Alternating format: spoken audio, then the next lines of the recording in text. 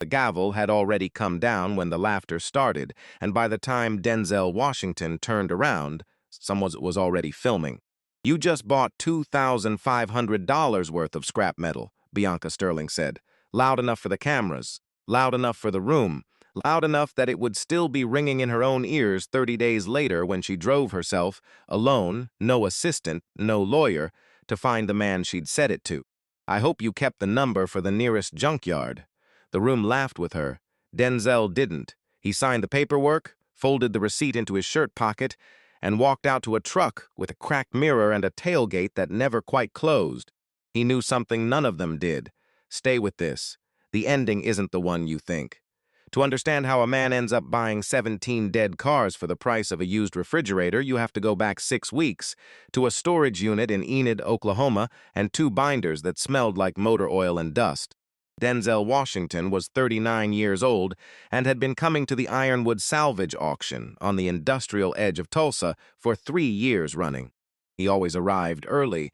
He always wore the same faded olive work jacket, the kind that made him look like he belonged in somebody's backyard fixing a mower, not standing on a bidding floor. His truck was a 2003 model with 190,000 miles on it, and a check engine light he'd stopped worrying about years ago. He had no assistant, no business card, no name stenciled on the door. To anyone glancing his way, he was exactly what he appeared to be, a single black father with a small budget and no particular plan. What nobody in that room knew was that Denzel had been tracking Lot 22 for 6 weeks, not casually, methodically.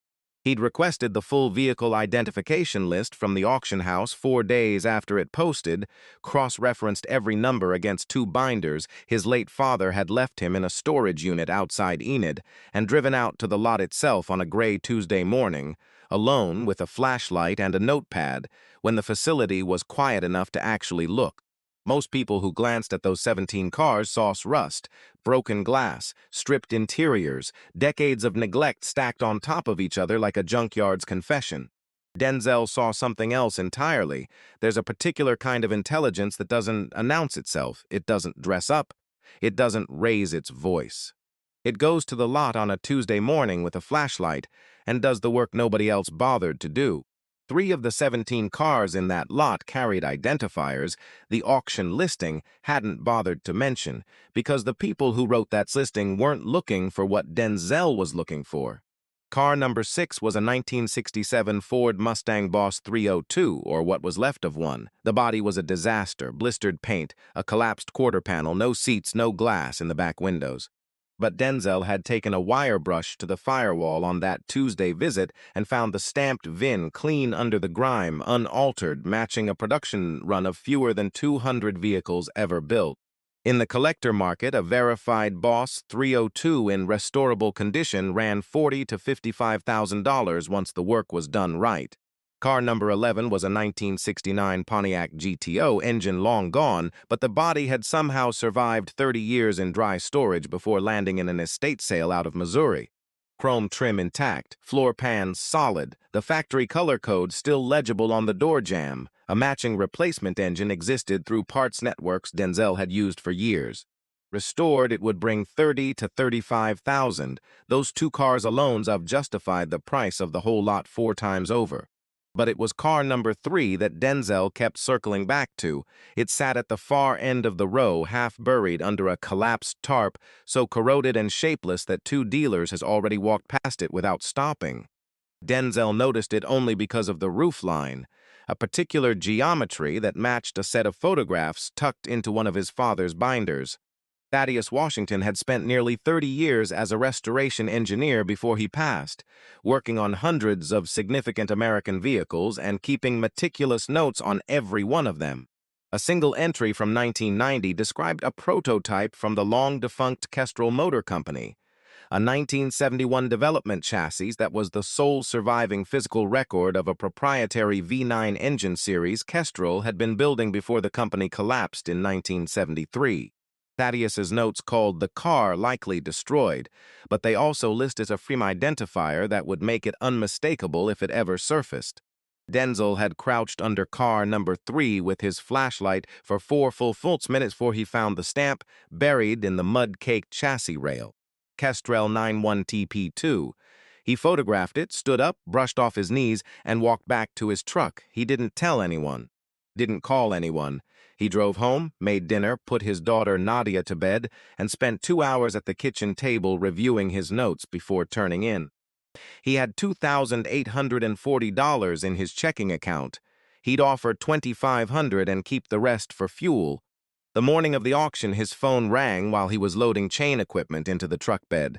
It was Otis Marbury, his closest friend and occasional second pair of hands in the garage. Otis had helped him haul cars for years and knew better than to ask questions he didn't want the answer to. Even he had doubts that morning. "You're actually doing this?" Denzel said he was. "Those cars are wrecks, man. I've seen them." Denzel said he knew, "And you're putting in almost everything you got." Denzel said that was correct. There was a pause. "All right," Otis said finally. "Call me when you need help hauling." Denzel closed the tailgate as well as it would go and drove toward the warehouse. On his left wrist, as always, was his father's watch. A mechanical piece that had stopped running sometime in the winter of 2011 and that Denzel had never once sent out for repair. He wore it anyway. Some things you keep not because they work, but because of what they represent. Bianca Sterling arrived at the Ironwood warehouse 40 minutes into registration, flanked by Preston Vale, Silverline Motors' chief legal counsel, and two journalists trailing behind with the loose, alert posture of people who knew a good quote when they heard one. She wore a charcoal blazer over a cream blouse and moved through the room the way people move when they're used to being the most important person in it, not aggressively, just with a settled certainty that the space would rearrange itself around her. At 29, Bianca was the youngest chief executive in Silverline's 32-year history. The company operated in the upper mid-tier of vehicle commerce, curated high-end auctions, fleet consulting, a growing footprint in restored classic inventory. Under her 2 years of leadership, revenue had climbed sharply. A trade magazine had profiled her 3 months earlier as a scalpel in an industry that mostly still uses a hammer. She kept the framed clipping on the wall behind her desk. Not out of vanity, she told herself, as a reminder of the standard she'd set. Her purpose at Ironwood that day was specific and narrow. Silverline was assembling a showroom of restored American classics for an industry gala that fall, and her acquisitions team had flagged 2 vehicles in the current inventory. Neither was in Lot 22. She had no interest in Lot 22. She was aware of it the way anyone in the room was aware of it, the pile of unsellable junk that would go for scrap value if anyone bid on it at all. When she first noticed Denzel, he was crouched beside one of the cars, his back to the room, running a hand along a door panel. She registered him the way an experienced professional registers irrelevant information, briefly, categorically, without retention. Work jacket, old truck, solo bidder at a salvage lot, not a factor. She moved on toward registration and didn't think about him again until the bidding on Lot 22 began. The lot came up midway through the session. The auctioneer's assistant read the summary: 17 vehicles, mixed years, mixed condition, no running engines confirmed, sold as is with no title guarantees on 5 of the units. Opening bid $500. The room went quiet. A few people glanced over without lifting their paddles. Denzel raised his without hesitation. $2,500. The auctioneer confirmed it. A beat passed. No competing bid came. Another beat. Going once. The room stayed still. Going twice. A few heads turned toward Denzel. Some people smiled. Sold. The laughter started at the edges and spread inward. Not cruel was exactly, more the reflexive amusement of people watching someone do something they'd all silently agreed was foolish. Bianca was standing near the press area when it happened, and something about the moment, the camera already pointed her way, the journalist close enough to hear, the easy target of a man in a worn jacket and a bad truck, pulled a response out of her that she would later have real trouble accounting for. "You just bought $2,500 worth of scrap metal," she said, with the casual authority of someone accustomed to being quoted. "I hope you kept the number for the nearest junkyard." The people around her laughed. One journalist smiled and lifted his phone a little higher. Denzel heard it. He was 4 rows away, signing the purchase confirmation with the clerk. He heard the words, heard the laughter, and turned his head and looked directly at Bianca Sterling for about 3 seconds. His expression didn't change. He didn't flush, didn't square his shoulders, didn't open his mouth. He gave a single unhurried nod in her direction, not agreement, not submission, just the smallest acknowledgement that he'd heard, and turned back to the clerk to finish signing. The clip was 38 seconds long. By midnight, it had racked up tens of thousands of views, most under some version of the same caption: "Single dad blows savings on junk cars, CEO roasts him to his face." Bianca's name was in the title of half of them. She saw them before she went to sleep that night. Several people on her team had sent the links with laughing emojis. She answered none of them and set her phone face down on the nightstand. It felt like the end of the story. It was not the end of the story. What matters in that moment isn't the mockery. It's the nod. A single unhurried nod. Not anger, not pride, not performance, just the quiet confidence of a man who already knew something the room didn't. When you're tempted to judge what you see, ask yourself whether you've done the work to understand what's actually there. The most expensive mistakes people make are almost never about things. They're about people. Denzel spent the next 2 days with Otis moving all 17 vehicles to a rented garage in an industrial lot 8 miles east of downtown Tulsa, wide, metal-roofed, cheap, with enough floor space to line 2 rows and walk the aisle between them. Otis worked the tow chain, backed the hauler, and said very little until the last car was inside and the overhead lights were on. Then he stood in the middle of the garage, arms crossed, looking at the row of ruined vehicles, doors hanging, windshields shattered, frames packed with corrosion. "This is a lot of junk." Denzel was already crouched beside car number 3, not responding. "I'm not being negative," Otis said. "I'm just describing what I see." Denzel stood and looked at the row. "You're describing what's visible," he said. "That's different from what's there." He handed Otis a clipboard with a numbered inspection chart and told him to start at the far end. "You're describing what's visible. That's different from what's there." 12 words, but they carry a whole philosophy of attention that most people spend a lifetime never finding. They worked the list systematically over the next 4 days. No assumptions, no shortcuts, full inventory before any decision about priority. It's the same method Denzel's father had taught him. He started with the cars he expected the least from and worked outward toward the ones he already knew mattered. Each vehicle got a full walk-around, a floor pan check, a VIN inspection, and a notation on the chart. Denzel worked mostly in silence. Otis asked questions when he had them, and Denzel answered without condescension, the way you answer someone you genuinely believe can handle the full truth of it. Most of the 17 confirmed what the listing implied. A few were worth parting out. A handful had hardware smaller shops would pay for. He logged each one and moved on. Then he reached car number 6. He worked the grime off the firewall with solvent and a wire brush, uncovered the stamp, photographed it, and called a collector in Memphis named Grady Sutton, who'd been hunting a verified Boss 3.2 for 3 years. Grady called back within 20 minutes, his voice controlled but not quite steady. He asked twice if Denzel was certain about the stamp. Denzel read the number aloud both times. Grady said he could be there by the weekend and asked what it would take to make it his. They worked the same way through the rest of the lot over the following 2 weeks, quiet, careful, unglamorous. But it was the tarp-covered wreck at the end of row 2 that Denzel was building toward the whole time, and he didn't touch it until he was ready. The first pressure came on day 14, and it didn't come from Bianca. It came from a courier carrying a letter on legal stationery from a phrasing Denzel had never heard of, representing an outfit called Draymond Combustion Group. The letter used careful, bloodless language about potential evidentiary interest in a vehicle believed to be in Denzel's possession. No names, no specifics, just enough legal fog to make an ordinary man nervous. Denzel took the letter to an attorney named Walter Higgins, who read it twice, set it down, and told him plainly that it was a bluff dressed up as a threat, vague enough that no actual court order existed behind it. Denzel thanked him, paid his fee, and drove back to the garage no more rattled than when he'd arrived.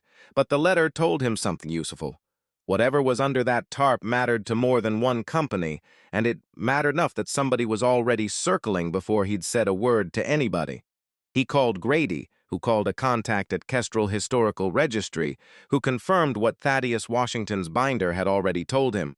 The Kestrel 914 prototype was the last physical evidence of a V9 combustion architecture that Draymond Combustion Group had, for the past 2 years, been marketing under its own patent, a patent Silverline Motors was suing to invalidate, arguing Draymond had stolen the design from an engineer who'd once consulted for Kestrel before it folded. The case had been grinding through federal court for 2 years. Silverline's legal team had a paper trail, but paper trails could be argued with. What they didn't have, what nobody thought still existed, was the chassis itself. Denzel sat with that information for a long night at the kitchen table, the same table where he'd once reviewed his father's notes with 2 hours and a cup of coffee. He didn't call Bianca. He didn't call Draymond. He went back to work on the Mustang. The second pressure came 11 days later, and this time it wasn't a letter. It was Preston Vale, standing in the open bay door of the garage at 4 in the afternoon, in a suit that cost more than the truck parked outside. He introduced himself with the practiced warmth of a man who negotiated for a living and made an opening offer of $15,000 for the vehicle believed to be a Kestrel prototype. Denzel looked at him without expression. No, Preston adjusted, 50,000. Denzel said no again with the same flat simplicity, as if they were discussing the weather. Preston recalibrated. This wasn't a man holding out for a bigger number, and tried a different approach. What do you actually know about it? Denzel walked him to the back of the garage, folded back the tarp, and shone a work light on the chassis rail. The stamp sat clean and unmistakable in the light. Kestrel 911 PO2. He held the light steady and watched Preston's face while he read it. I know it's the only one, Denzel said, and I know what it's worth to your firm specifically, and you know I know. Preston left without an agreement, and Denzel went back to the Mustang. 19 days after the auction, with the federal hearing looming and her legal team's internal odds sitting at 42% without physical evidence, Bianca sat in her office and looked at the framed clipping on her wall for a long time. Then she asked her assistant to clear her afternoon. She drove herself to the garage, no blazer, no Preston, no cameras, and stood in the bay doorway with both hands in her jacket pockets while Denzel worked under the Pontiac on a rolling creeper. He slid out without hurry, saw her, stood, wiped his hands on a shop rag. I wondered when you'd come yourself, he said. It wasn't a challenge, it was just a fact. Bianca had prepared for a negotiation. She had a number in mind, a set of contingencies mapped to whichever direction the conversation went. She was very good at negotiations. What she hadn't prepared for was standing in a working garage looking at 9 restored or half-restored vehicles arranged in careful rows, each one a level of craft that had nothing to do with the assumptions she'd made about the man in the flannel that day at Ironwood. I need to talk to you honestly, she said.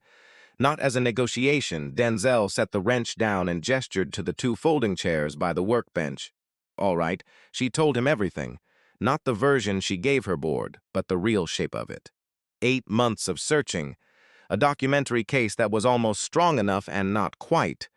A hearing in 19 days that Silverline could lose entirely without the one piece of physical evidence that would make the paper trail undeniable. What it would mean for the company's core patents if they lost. Quote, she told him the car had mattered to somebody Denzel had never met and never would, an engineer named Foster Kestrel who died broke and unrecognized in 1988, whose life's work Draymond was now selling under somebody else's name. She wasn't performing sympathy. She was answering a question with information that happened to be true. And then she asked, what do I need to offer you?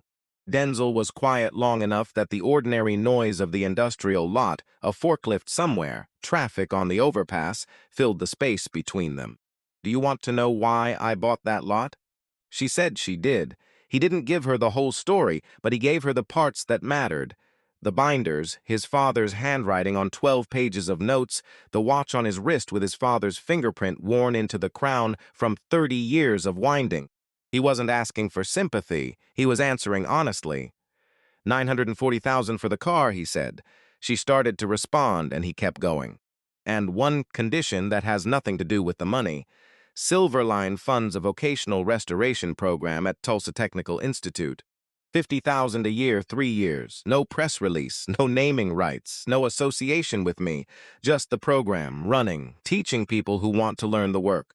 Bianca looked at him for a moment longer than any of their previous exchanges. She'd negotiated with people worth hundreds of millions and had never once heard a condition structured this way. Not toward personal recognition, not toward leverage, just toward a thing continuing to exist because it should. Why not ask for a public apology, she said. You're owed one. Denzel thought about it. I don't need that. You don't owe me the words. I think you already know you were wrong. You knew it before today. Something shifted in her face, not dramatically, just a change in the quality of how she was holding it. Yes, she said, I knew. She extended her hand. Stenzel shook it once. Otis, working quietly at the far end of the garage, served as one witness. Preston, whom Bianca called and who drove over within the hour, served as the other. The agreement was written by hand, both copies signed, and it was nearly 11 at night when Denzel made coffee and Otis made a comment about the absurdity of the whole situation, and everyone laughed the way people laugh when something strange finally resolves into something simple.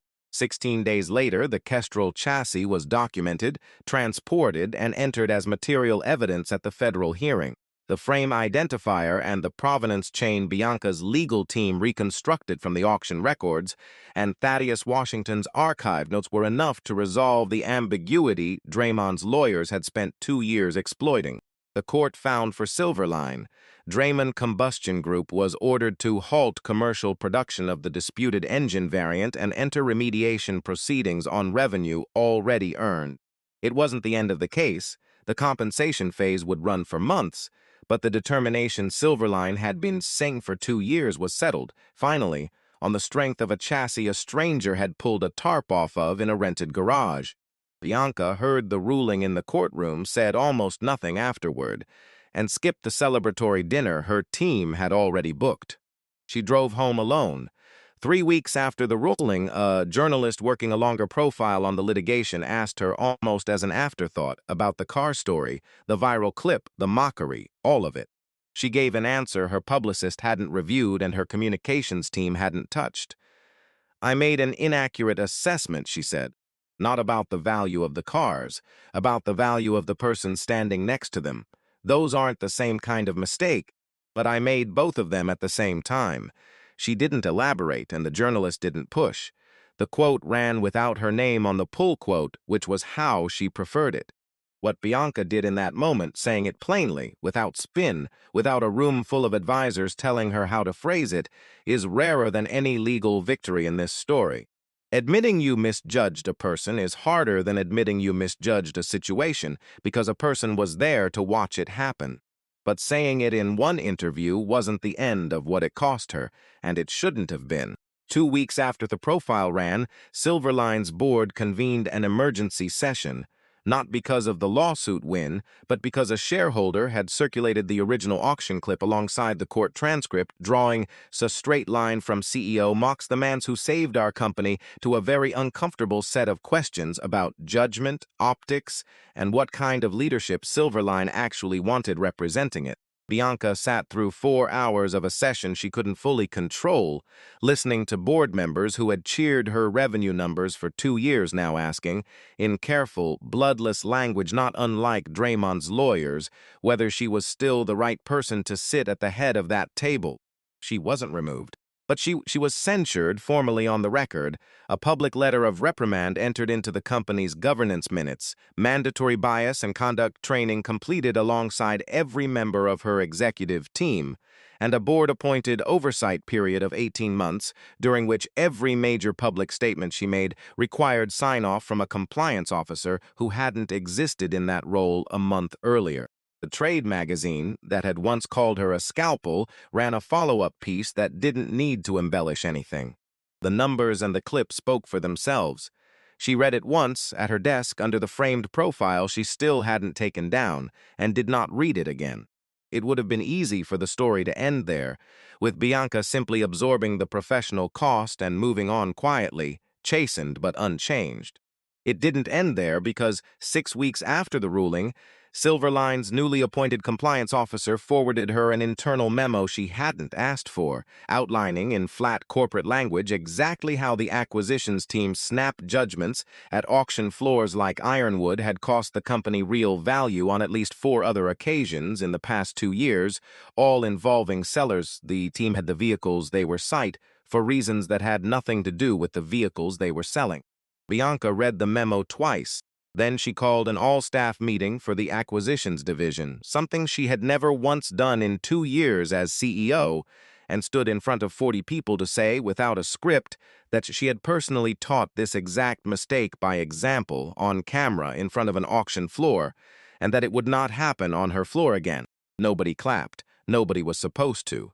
She sat back down and let the silence hold.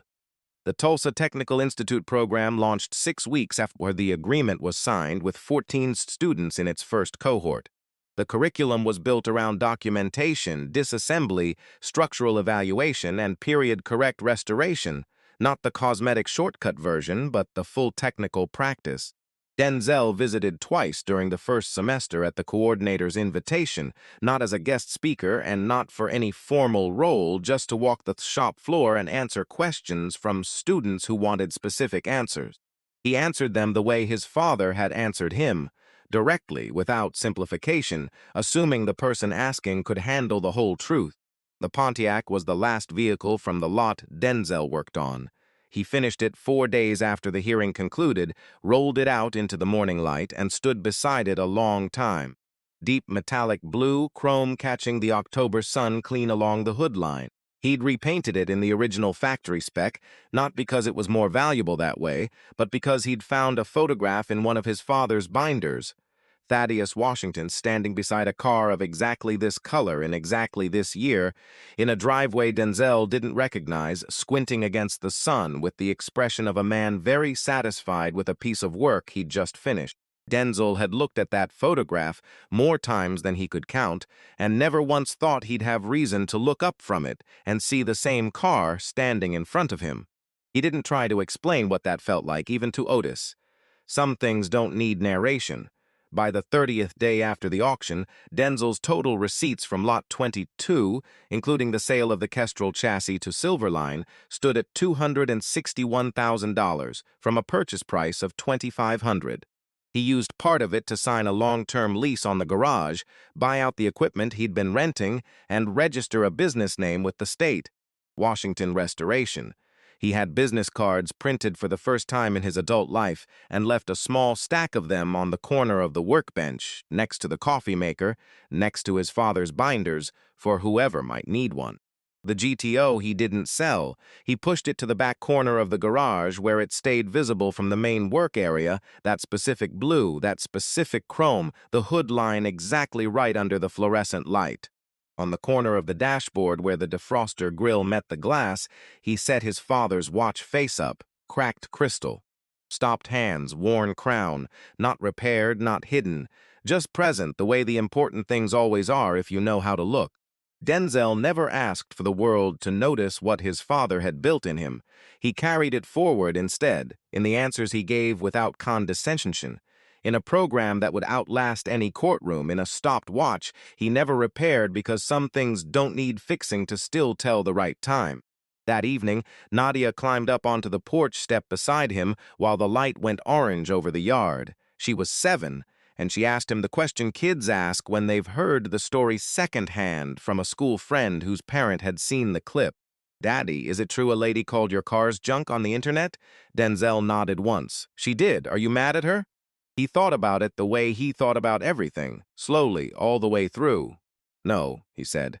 "She looked at something and didn't have all the information yet. Most people do that sometimes. The question is what you do once you get the rest of it. What did she do?" "She came and got the rest of it." "That's harder than it sounds."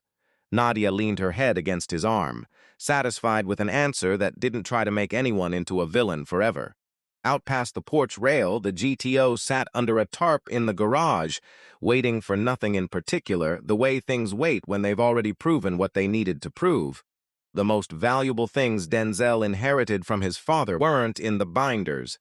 They were the habit of doing the work before anyone's watching, the patience to let the truth surface on its own schedule, and the understanding that what you leave behind in a program, in a student, in a child, outlasts every number you could ever put a price on. If this story stayed with you, I'd love to hear your thoughts in the comments. Have you ever watched someone get underestimated, only to find out later exactly who they really were? Tell me about it below. And if you want more stories like this one, ordinary people carrying extraordinary depth nobody bothered to look for, hit subscribe. I'll see you in the next one.